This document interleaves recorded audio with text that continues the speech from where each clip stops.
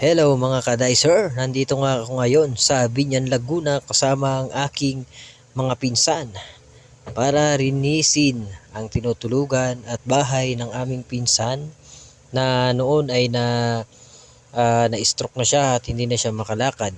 Kaya nagulat nga ako pagpunta ko dito na yung hinahanap ko na pinsan na dating mataba ay ngayon ay sobrang payat na. Tapos yung kanyang tinutulugan ngayon ay talagang napaka dumi, tapos magulo, tapos halos sa sahig lang siya natutulog. Kaya naisipan naming mag-volunteer, maglinis dito para at least maliwalas, malinis naman yung kanyang tutulugan, malinis naman yung paligid niya kasi kung madumi naman ay baka tirahan na ng mga ahas dito sa paligid. Kaya dapat talaga na malinis at maayos man lang yung kanyang tinutulugan para at least ay isa na rin yon sa mabilis na paggaling niya. Bali ngayon nga ay medyo galaw-galaw na yung kanyang mga katawan, hindi kagaya noon na hindi halos makagalaw yung kanyang katawan. Kaya naninibago lang ako kasi talaga sobrang payat. Kung makikita nyo yung pisang ko dyan ay talaga namang napakapayat niya ngayon. Tapos nakakawa talaga kasi nasa halos lapag lang siya natutulog. Pero kahit ganun at nandito na nga kami ay yun na nga yung point namin, kaya nandito kami, yun yung mission namin dito na linisin itong mga kalat, magwalis-walis man lang kami dito, linisin at iayos yung kanyang tulugan. Kaya kami nandito. Wala nga kaming pera na may bibigay kasi wala naman talaga kami nun. Kaya sabi namin sa kanya ay ito na lang yung may aambag namin sa iyo, yung linisin man lang yung tinutulugan mo para at least may isaayos. Yan na nga, nag-umpisa na nga kami maglinis dyan habang yung pinsan ko saka yung asawa niya ay nag-uumpisa na rin na maglinis. Nagtutulong-tulong na nga kami maglinis dito para at least ay marami kaming magawa na dito. Bali, akala ko nga hindi kami matutuloy pa para to kasi mag-aalas 12 na nga ay wala pang chat yung pinsan ko. Kaya ang ginawa ko ay ako na yung nag-chat at bigla naman siya nag-reply ko na kung tuloy nga kami paparito. At yun na nga, natuloy nga kami paparito. At ang gagawin nga namin ngayon ay maglinis dito para maayos naman po yung kanyang tinutulugan. Dahil kung makikita nyo po sa personal talaga ay talagang hindi kayo matutuwa, hindi kayo sisiyahan doon sa kanyang tinutulugan dahil na halos nasa lapag nga lang ay maaari na siyang gapangan lang langgam, maaari siyang talunan ng palaka o ahas man ng gapangan na siya ay pwede na kasi nasa lapag lang. Kaya ang mission namin ngayon ay ayusin yung kanyang tulugan, ayusin yung kanyang bahay, bawasan man lang yung mga basura dito at dumi sa kanyang bahay at least para man lang makahinga siya man lang dito at mabigyan ng konting liwanag sa kanyang bahay. Bali, wala nga kaming maiabot na pinansyal sa kanya ngayon dahil marami nga rin kaming mga pinagagastusan. Kaya ang mayambag na lang namin sa kanya ay yung mabigyan siya ng maayos na tulugan at malinis man lang yung kanyang bahay. Tulad ng nakikita nyo ngayon na ginagawa namin, na kahit sobrang busy namin sa trabaho ay binigyan pa rin namin ng time para makapunta dito sa kanya dahil matagal na nga naming planong pumunta dito at malinis man lang yung kanyang tulugan at may saayos man lang siya, na alam namin, makikita namin na nasa ayos na yung kanyang pagtulog, nasa ayos na yung kanyang bahay na malinis na. Bali mag-alas 3 pa nga lang dyan ng hapon pero madilim dito sa loob kasi nga walang masyado nakakapasok na liwanag, kaya nakikita nyo naman na may ilaw na agad kami ngayon kahit alas 3 pa lang ng hapon dyan. Yan, nakikita nyo nga na nagkukuskus na yung pinsan ko dyan para talagang malinisan na. Bali nililinisan niya dyan yung electric fan para at least ay lumakas-lakas naman yung ikot ng electric fan ng aming pinsan na halos napakahina na talaga ng hangin na tapos sobrang init pa dito sa loob. Yan na nga, pinupunasan na nga ni pinsan ang bintana dahil nga sobrang alikabok ng bintana, talagang hindi na makita yung tao sa labas. Kaya ang ginawa niya ngayon ay pinupunasan niya yung bintana, na habang pinupunasan niya yung bintana ay nandito naman ako sa loob. At yung loob naman yung aking nililinisan, yung loob naman ang tinatanggal ko yung mga kalat at inilalagay ko sa sako yung mga basura.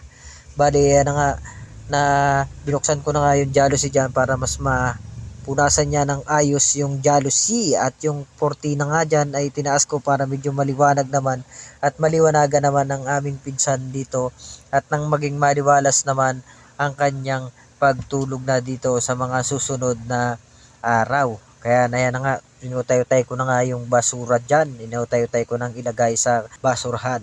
Bali kaya nga ako nag-video dito ay hindi po ito para i-content, hindi po ito para kung ano lang yung aking gusto, kaya ako nag-video dito. Ibinidyo ko po ito para at least ay makita naman ninyo ang kalagayan ng aking pinsan, makita naman ng ibang mga pinsan namin yung kalagayan ngayon ng aming pinsan, kung ano na ba talaga yung kalagayan niya, kasi may mga nagtatanong na kung ano na daw bang sitwasyon niya ngayon. Kaya yan, kung makikita po ninyo na yan na po yung sitwasyon niya ngayon, na medyo madumi yung kanyang tinutulugan, medyo wala siyang maayos na tulugan. Kaya nililis nga po namin, kaya yan lang po yung talaga mayabag namin ngayon, kasi nga sinabi ko na talaga sa kanya na wala naman akong pera, wala akong pinansyal na mayaabot sa'yo. Ito lang yung mayaambag ko talaga sa'yo, yung malinisan yung tinutulugan mo, malinisan yung bahay mo. Kaya sabi ko sa mga susunod ay maaaring bumalik uli ako dito para tingnan at linisin uli yung bahay, linisan uli yung tulugan mo. Kasi hindi naman lagi na nababakante kami kasi may trabaho, may pamilya rin naman kami. Pero at least nabigyan namin ng time siya na makapaglinis dito sa kanya para maging maliwalas man lang yung kanyang tinutulugan. Saka at least ay masihan man lang siya dahil nakikita niya na kahit papaano ay naaalala pa namin siya sa ganitong sitwasyon. Alam nyo, sa ganitong mga sitwasyon talaga ay dapat na nandito kami para sa kanya. Nandito kami ng mga pinsan na kaalala sa kanya para at least maging malakas man lang yung loob niya, at isa na rin yun sa kanyang paggaling. Meron siyang mga makausap man lang, meron siyang mga dumadalaw man lang sa kanya, at least ay maiisip niya na hindi pa rin siya nakakalimutan kahit sa ganitong sitwasyon na meron siya, ay yan pa rin yung mga isang bagay na magpapalakas ng loob sa kanya para sa tuluyan niyang paggaling. Bali nakikita ko nga na kaya naman yan makagumaling talaga ng tuluyan, basta tutulungan niya lang yung kanyang sarili. Para sa akin nga na nakikita ay malaki na talaga yung improvement ng aming pinsan, kasi dati nga hindi halos siya makagalaw. Pero ngayon nakakagalaw na siya. Ang medyo nahihirapan lang talaga siya ngayon sa pagtayo. Pero naigagalaw na niya yung kanyang mga kamay. At bali yan ngang folding bed na yan ay hindi na daw niya ginagamit kasi nga lumulusot na siya dyan.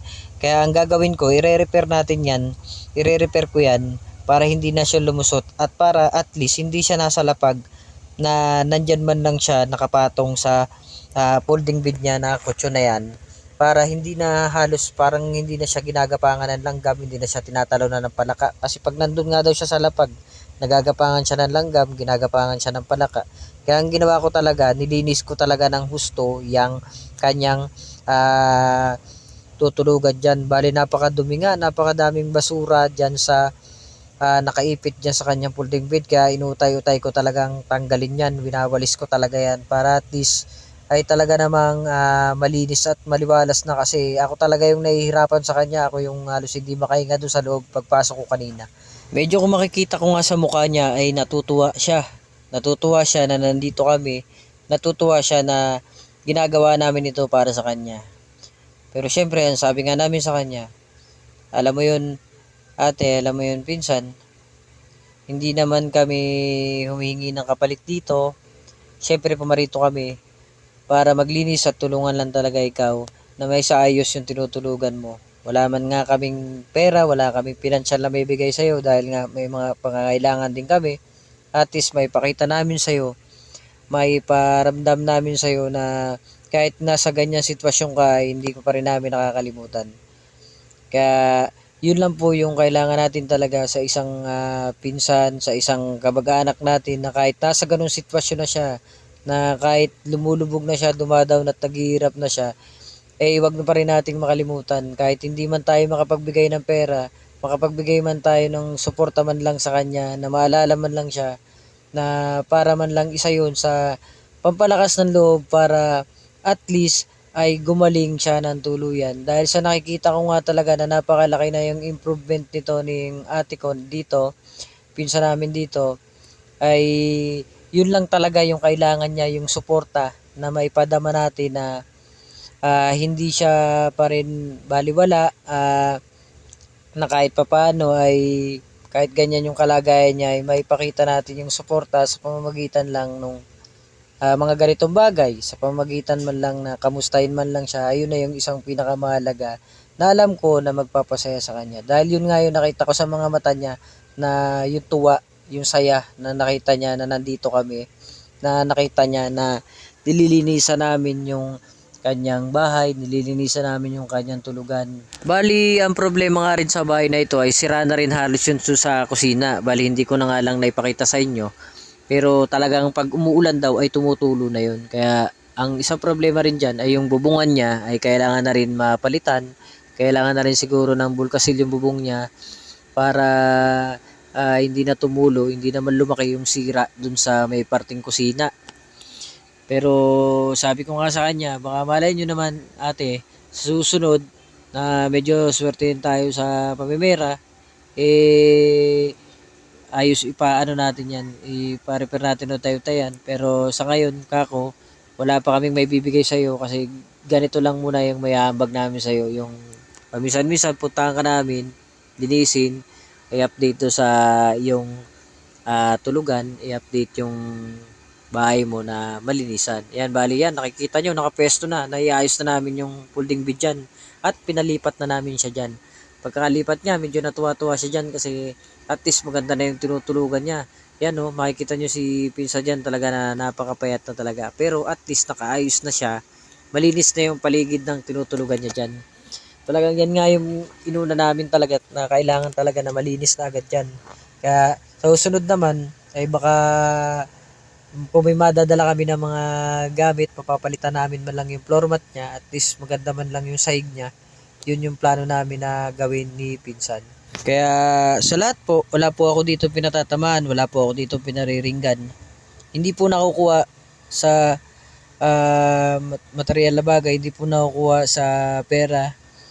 Ang kailangan lang naman po ay suporta kahit sa kunting pagtulong lang sa pamamagitan ng ganitong mga bagay, sa pamamagitan ng pangungumusta ay isa na pong napakalaking bagay ng isang taong kagaya ng aming pinsan na ito para sa tuluyan niyang paggaling na magpapasaya man lang sa kanya kahit papano, magpapangiti man lang ng konti para sa kanya.